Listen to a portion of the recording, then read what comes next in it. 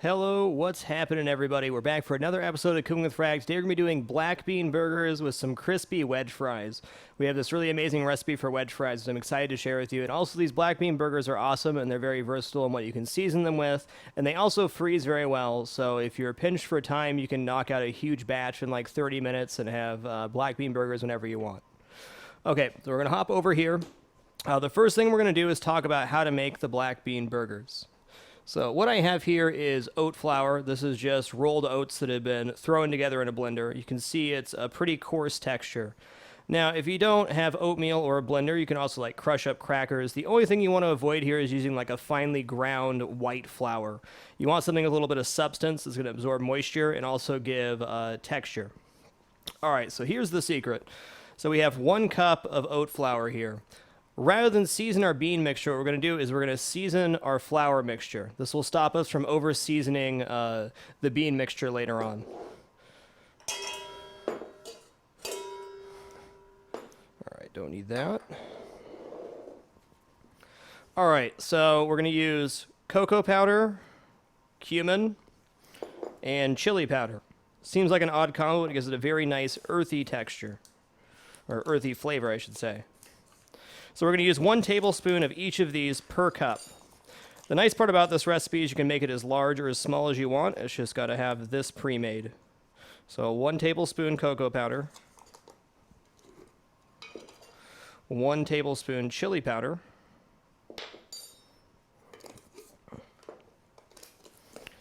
and 1 tablespoon cumin. We're going to wait to add salt until we're towards the end of it.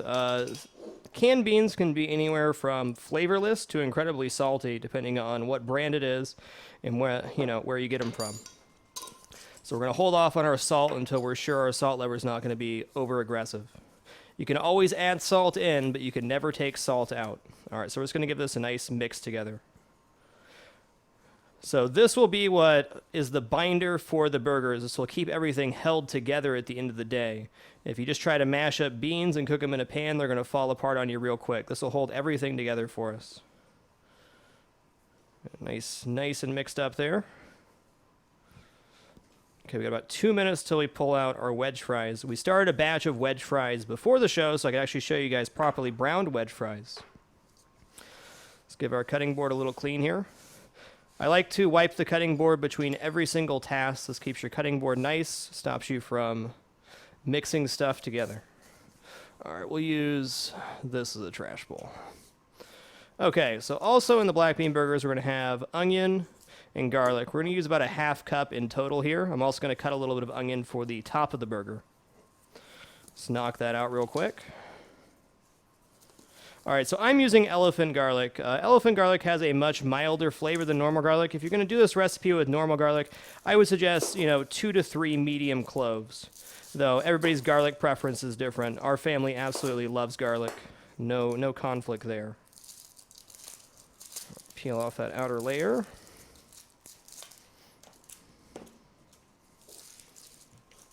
All right, we're definitely not going to need a whole onion here. We'll use about half. While we have our onion, it still has the core in the bottom here, and it gets held together. This is when we're going to slice our stuff for the top of the burger. Try to slice it after removing the core. We're going to have a pretty mediocre time. All right. Which side looks better? So when you're cutting stuff for the top of a burger, your onion has this core here, and if you remove this core, all the pieces can come apart. This really holds everything together. So you slice from this side. We're just going to do some real thin red onion cuts here. Red onion's definitely my preferred burger topping. All right, that should be plenty for our burger. We're just going to set this to the side, and we'll load that up later. All right, so for this, we're just going to dice it real quick. We're just going to cut small along the edge. The cool part about dicing an onion is it's super easy. You only have to cut one way. So you're making your cuts this way, but then the onion is naturally curved, so you're going to get a nice dice out of this. To get a perfect dice in an onion, you have to cut in this way as well, but forget doing that at home. That's some fancy schmancy cooking stuff. All right, that'll be good. I'm not too worried about the uniformity of the actual dice on this. We're going to saute them and add them in. Smaller is definitely better, but if you have a few big chunks in there, it's not the end of the world. I'm just going to withhold that for now, put this onion over here. All right, so that's about a half cup, maybe a little bit more. I do love me some onion. The other really nice thing about this recipe is it's very flexible in what you can do. All right, after we chop up this garlic here, we got to get those wedge fries flipped. So the wedge fries go in at 425 for 20 minutes, and then you flip them over and cook them for an additional 15 minutes or so. Cooking these wedge fries, you'll find out really quick where the hot spots are in your oven. Rotate them as needed, because the more evenly browned you can get them, the better. All right, I'm going to make 2 stacks here. For the large garlic, I like to cut it into slices, then cut it into strips, then cut it into cubes. If you stack too many on top of each other, you have a bad time. Wow, that is some nuclear garlic. My eyes just started watering like crazy. Well, a little bit off on that cut.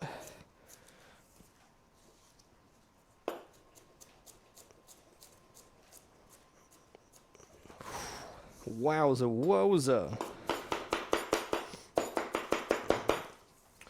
All right, just going to toss this over in the pan, then we're going to flip our wedge fries. Wow. It's making me so emotional. So I'm going to say I overloaded a little bit on how much onion and garlic we need, but it will not affect the recipe negatively at all. All right, let's get these gloves off. Set up our cutting board for the wedge fries. All right, so we're going to give ourselves a wipe on our knife here. And wipe down the cutting board.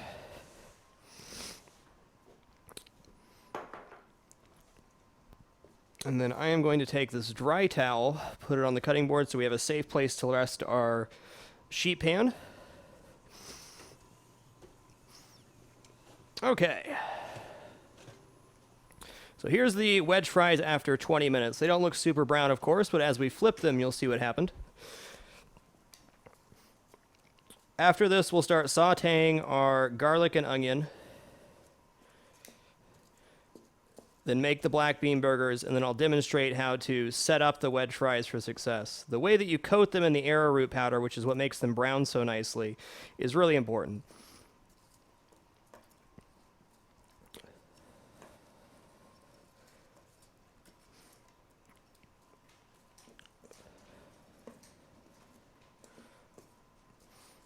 And once again, they go in for 20 minutes at 425. You flip them like this, and they go back in for another 15 or so. Different potatoes like to brown better than others. I've had the most success with the Yukon yellow potatoes. Now, the more evenly you have these spaced out, the better they're going to brown. Okay, let's put them back in the oven. We should be finished right as we're finishing the burgers, if we time it out right. Excuse me for just a second. I need to blow my nose and wipe off my face because I just cried up a storm.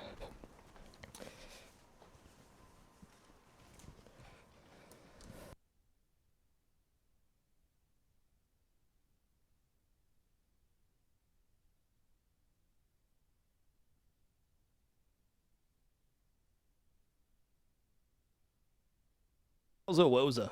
Every once in a while you get an onion or a piece of garlic that is just so obscenely powerful compared to what you're used to. That was definitely the case there.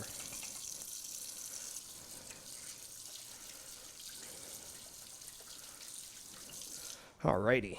Well, while we're at it, let's give our knife a nice steel here.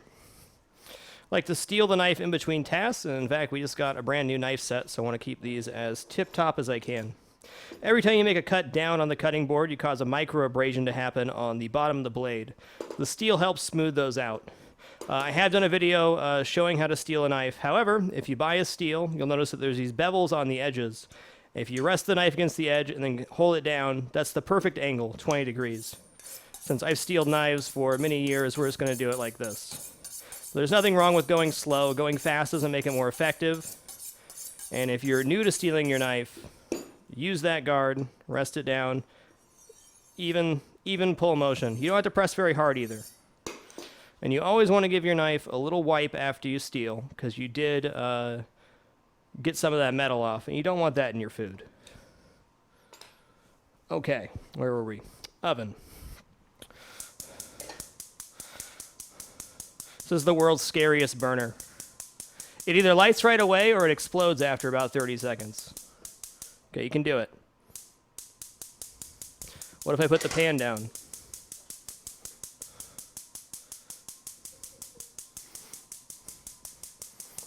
Hey, you got there. Good job. So we're going to put this on relatively low heat. I'm going to add an extremely small amount of oil, like half a teaspoon, just enough to coat these so they cook all right. Give that a quick stir. So what we're trying to do with the onions and garlic is what's called sweating them. Sweating onions means that they turn slightly translucent, so they're mostly cooked. We want this for multiple reasons for this recipe, but the main reason is it adds more moisture content into the bean burgers, gives more stuff for the oat flour to soak up, and flavor, of course. Okay, we got this here. I got my onion for the burger. We're done with this. We can go over here. Move this out of the way. All right, black bean time. So we're just using canned black beans for this. If you have like a cash and carry or other distributor where you live, you can go buy the big number 10 cans of beans and just, like I said, do a huge batch of these. They freeze incredibly well. Always nice to have something in the freezer if you're having a sick day or you just don't have time to cook, to have something you can throw together that's, you know, decent. All right, I always rinse my beans off with water because I think the juice that they're packed in tastes nasty. Just my opinion. There's a little shake, get some of the water off, and this will be our bean bowl. All right. Now, you can use a potato masher or whatever else. I'm just going to mash these by hand. No bigs. Let's crank this up a little bit, get these sweated. The main reason I wanted to add a little bit of oil here, and just the tiniest amount, was the garlic. If you get garlic adhered to the bottom of your pan and it burns, it really taints the flavor of the rest of whatever you're cooking. All right, what time did I pull the fries out? 7:14. It's now 7:21. So we have 13 more minutes. No. We have 8 more minutes. So we'll check them out at 7:35. All right, we're hearing a nice sizzle now. That's good. You watch the onions going from very vibrant and they'll turn really dull really quick, and that's what we're looking for. We're not looking to cook all the texture out of them, but just enough so the garlic's not ultra acidic and that the onions are sweated out. It's kind of nice if you have the time to sit here and stir them a little bit. They'll sweat out a little bit nicer, but if you need to multitask, it's not going to hurt them to leave them on the stove.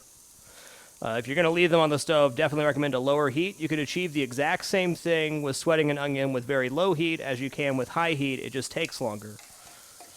So if you have to step away, you got other stuff going on, just put them on a real low heat and stir them every, 5-10 minutes until they're sweated out. Another little trick you can do if you want to sweat them really fast, you can just add a splash of water when they're on really high heat. That will kind of steam everything and get them going. For this application, I don't want to add any more moisture in. If we're going to add moisture in, we're going to do it while we're making the bean burgers to get the right consistency and flavor. Okay, let's hop back over to the cutting board real quick. We made this flour at the start of the show. This has 1 tablespoon cocoa powder, 1 tablespoon cumin, 1 tablespoon chili powder, and 1 cup of rolled oats that have been ground up.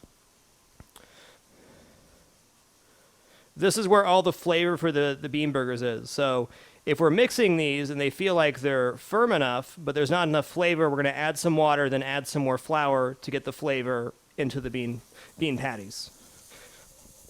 All right, we can see the onions are starting to sweat a little bit now. They're starting to look a little bit translucent. Still got a little bit to go here.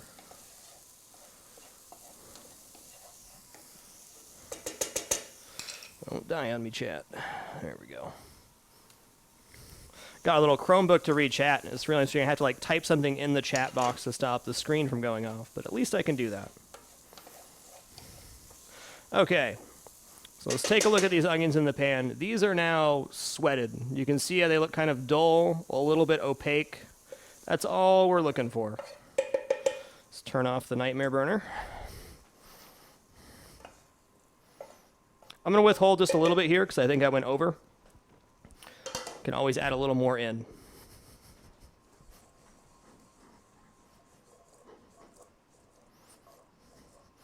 The beans were room temperature and the onions were hot, so how hot are we right now? Not bad at all. All right, so I'm just going to go in here and just squeeze them real good. Get all the beans kind of broken up.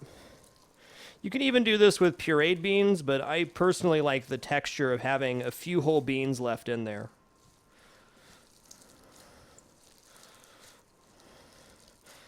And who doesn't like squeezing stuff? Always nice to play with your food, huh? All right, now our hands are really messy. I don't want to dip my hand in here because it'll get covered in the flour and taint the flour. If we have extra left over, we can reuse it. So we're just going to use our tablespoon here. Going to add a little bit at a time and mix it in.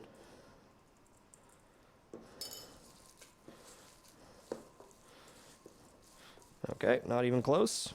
So what you're looking for is something you can really form into a patty, and it feels like it's going to, stay together.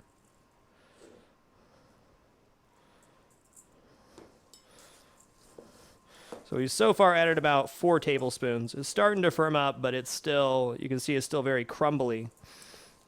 It's getting there, though. Okay, we're going to add another couple tablespoons. I think 2 more might be decent. These were not very wet beans, so the trick with this recipe, let me just say, is getting a feel for doing this portion right here. If your stuff comes out too crumbly, you may have added too much breadcrumb, they're too soft, maybe not enough.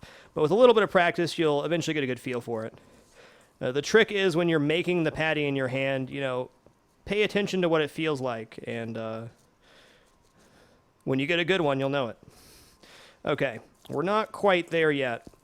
Now, the oats will continue to soak up moisture over time, especially if we freeze them.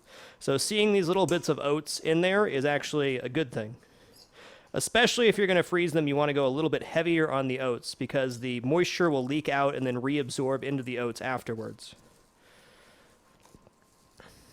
Okay, awesome. I think these are pretty good. You can see we have something we can form into more or less a ball.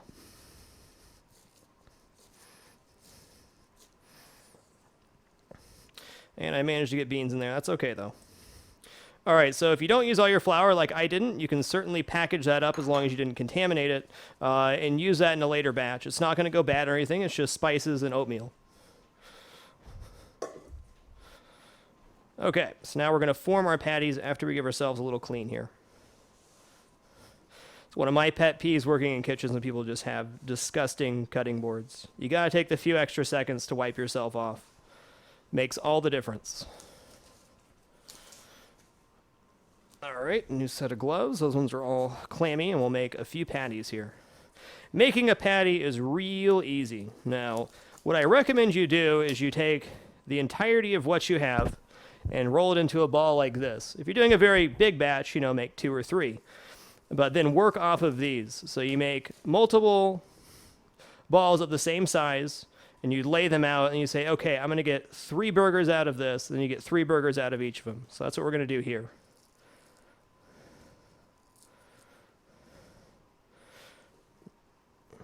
Okay, this one's a little light. I'll take a little off that one. And all you do is just roll it in your hand like you were making a meatball, and just press it down. Easy peasy. Let's go a little thinner on these, especially if you're going to pan fry them. Getting a little thinner on those is nice. You can get a nice sear on them.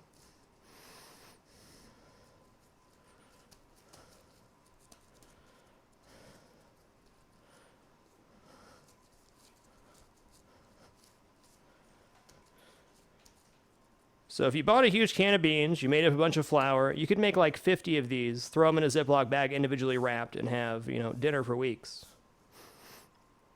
Those look pretty even. We can see this one's a little bit smaller, but I'm not going to sweat it. We're just cooking at home here. Okay, we're about 4 minutes out on our wedge fries. Let's take a look at these real quick. Oh yeah, they're starting to look good. They still got another 5 minutes at least. Alrighty, let's use this pan.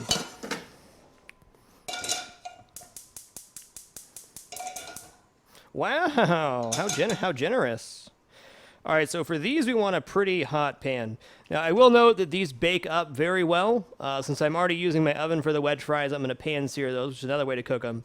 I'd probably be baking these otherwise. You know what? I forgot the secret ingredient. Hold on.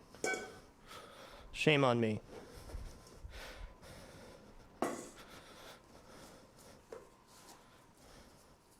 So we got all our spices in there, but I forgot the hot sauce, which is pretty important in my opinion. So we're just going to remake these real quick while our pan preheats. I'm going to use Tapatio. I like Tapatio a lot. Give it 3 really solid squirts in there.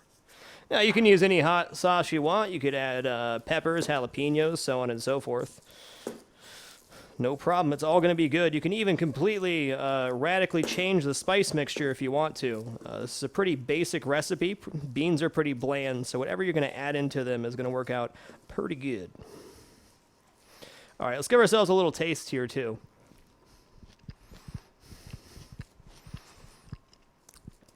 Well, I was expecting to need to add some salt as well, but we definitely don't here. It came out pretty good. All right, so we're going to do the same thing. We're going to make 3 burgers out of this. So we're going to form it into a ball, break off about 1/3, and then 1/3 this way.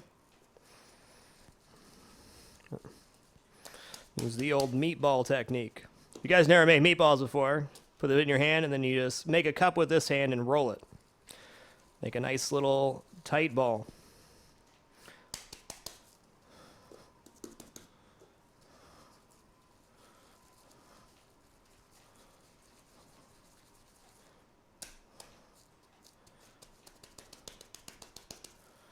Alright, that one's a little small again. We're going to use this one for the one that we cook, I believe. Alright, one last pair of gloves. Alright, so for this, we're definitely going to want some oil or the beans are totally going to stick. Probably about half tablespoon or so. We're using grapeseed oil right now. Grapeseed oil has one of the highest burning temperatures of any oil on the market. It's one of the reasons we use it for the wedge fries. It allows you to pump your oven up to 425. If you try to use olive oil and bake at 425, you end up scorching the olive oil, and you have a pretty mediocre time after that, because scorched olive oil tastes nasty. Oh, they look so good. They're not done yet, though. Once this burger is cooked, they should be good. I'm just trying to get an even coat here. The pan's not cooperating. Cheese and rice, friend. There we go, kind of. All right, we want our oil to be really hot before we put the burger down so we get a nice sear. Just going to use this little bit of onion to test. The oil's definitely not hot enough. We'd hear a definite sizzle the second it hit the pan if it was.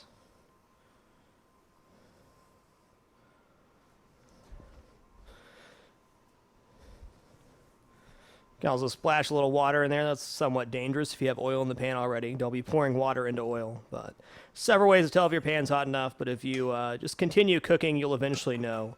The way I can tell is by how loose the oil is in the pan. You can see the longer it's on there, the looser it's going to get. If you see smoke, turn your pan down, but there's a lot of applications where you want to be right on the smoking point.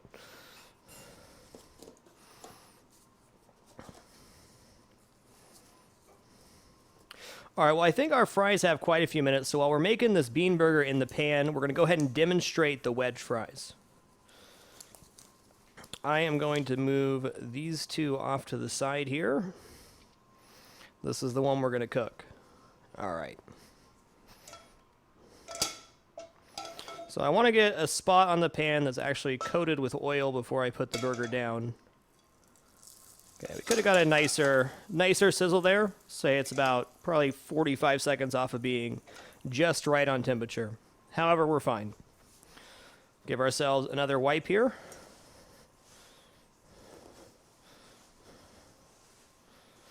All right, looks adequate. All right, so let me show you guys how to make really crispy wedge fries. Whether you're having a black bean burger or not, these fries kick ass. So the secret to these fries is this amazing stuff called arrowroot. Do not use cornstarch.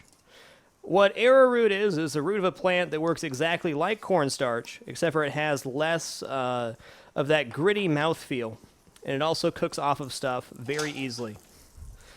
If you try to use cornstarch, this recipe will not come out the same. Arrowroot is more expensive than cornstarch, but it's a really nice product for making slurries and thickening things without that cornstarch feel.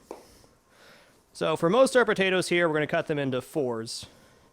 If you get into a really big potato, which I'll try to find one here to demonstrate, It's good. We're just making wedges.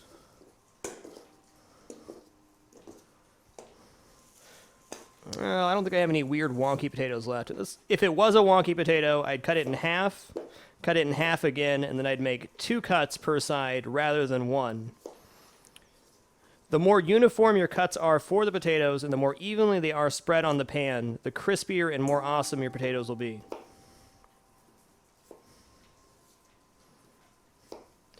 Pro tip too, if you're cutting a lot of potatoes, always keep a damp rag next to your station. You can see all that stuff building up on the blade.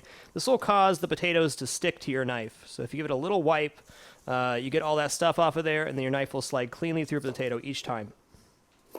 A wet rag's just a good thing to have in general at your station, especially when you're cutting lots of potatoes.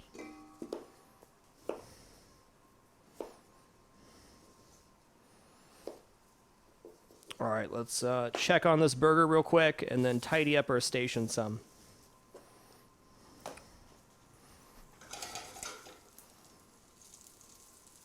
I can see there's a little bit of browning under there, but it's definitely not quite there. What do you guys think? Should I try to pro flip this without using a spatula?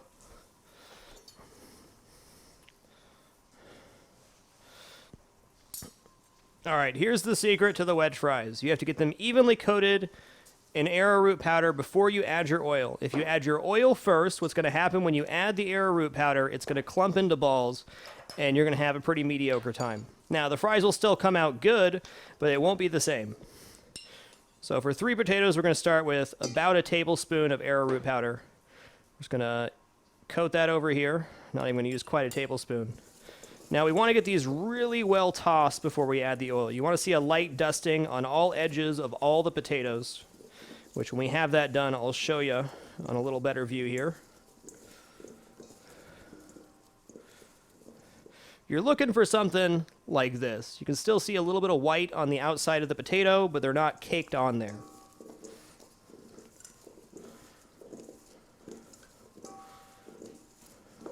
Want to get them really well mixed, make sure there's not anyone stuck together, or there's not any pockets of arrowroot powder. Okay, cool. Now we're going to add just a little bit of oil. About 3/4 tablespoon there for three potatoes. And you'll see as you mix these that the arrowroot powder that you adhered to the outside of the potato is staying exactly there. The oil just coats the outside. So that's how you prepare dang good wedge fries. Put them on a grease pan with tin foil or a silpat, 20 minutes at 425. Flip them, and then an additional 15 to 20 minutes at 425. If you do not flip the potatoes, they'll still come out good, but they will not be crispy on all sides. And I love me some crispy potatoes. All right. Well, that didn't work out very well. All right, so I went a little bit over on this side. However, that's okay. That crispiness will equal flavor. Though it's a little bit browner than I would have liked. It's certainly not burned. What I'd like is a nice even brown across all sides.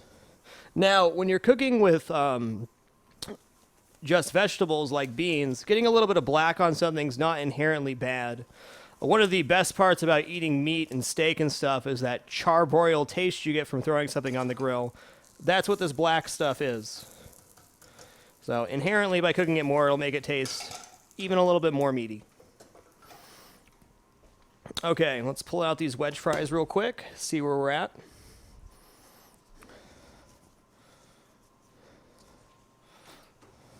Okay, these look awesome. So there's the finished product of the wedge fries that we just tossed in the bowl. Simply arrowroot oil, and then of course salt and pepper, which I did not do in the demonstration, but here it is. You can see we got really nice, crispy, fluffy home fries. These are the only fries I've ever made at home that literally taste like they came out of a deep fryer. They're so crispy and delicious, and also much healthier for you. We're going to move these over here while we plate real quick.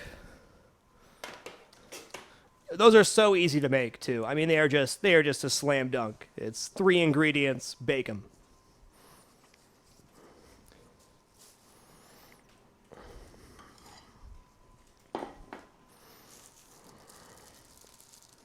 Now, for your black bean burger, you can add whatever you want to the top. I'm just going to use lettuce and red onion because that's what I eat on my burgers.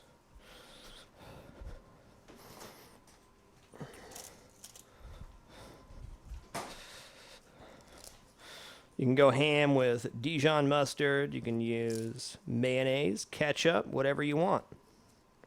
Make it your own burger. Recipes are great, but it's always important to try out the things that you want and put what you want in the food. So as we can see, the shape of my burger, flipping it like a pro did not work out very well.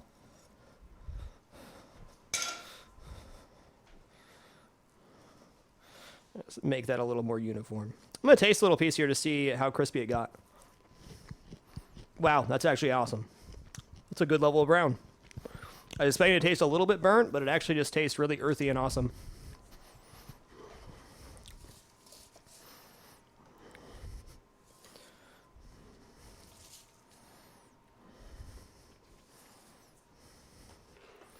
And there you go. Easy black bean burger with home wedge fries. The best. Let's say a few things before we end here. These fries have been a staple in our household since we started eating healthy. It is one of the best recipes we found as far as eating vegetables and being able to have fries without going to a fast food place and having them dropped in a deep fryer. The black bean burgers, once again, freeze incredibly well. So if you go stock up on a lot of beans, you can knock out a batch of 50 of them and have something in your freezer whenever you want them. Really happy with this recipe. It's definitely been a staple of our household. I hope you guys enjoy it. I'll answer a few questions here for just a minute, and then we're going to hop into some FTL gameplay. As a reminder, tomorrow we have Cooking with Frag Mystery Basket happening. I have no idea what to expect, but I'm certainly looking forward to it.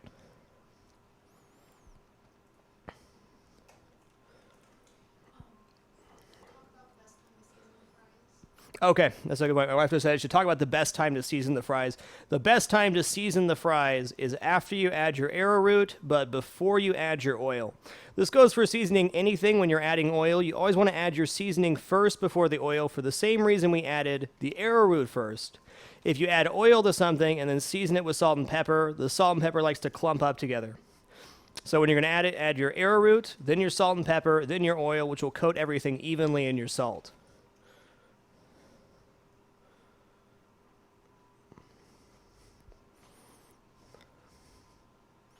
How long would bean burgers last in the fridge? Approximately a week, Lunar Rolls, if your fridge is at a lower temperature.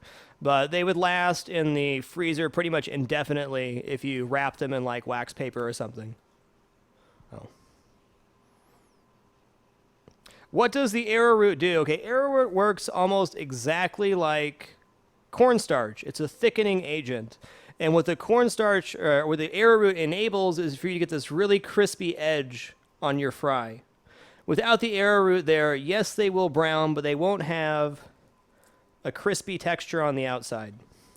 So it's all there for the crisps.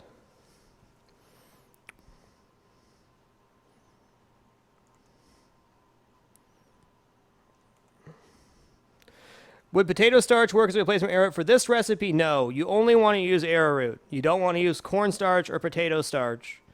You want to use arrowroot. They just don't come out the same otherwise.